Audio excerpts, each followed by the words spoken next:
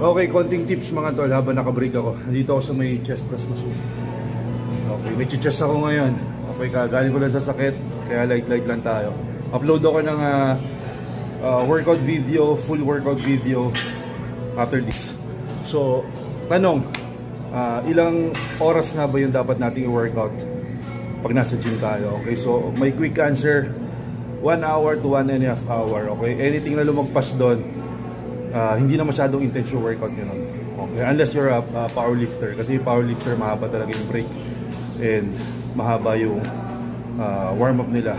Pero ikaw yung tipong lifestyle goer lang, 1 hour to 1.5 hour pwede na yon. So bitaw mo yung cellphone mo, ibaba mo yung cellphone mo, focus ka sa workout, huwag ka tingin sa cellphone, and bigyan mo ng intensity yung workout mo para on 1 hour and 1.5 hour matapos mo na yung workout mo and makapag-rest ka and magawa mo pa yung mga ibang bagay.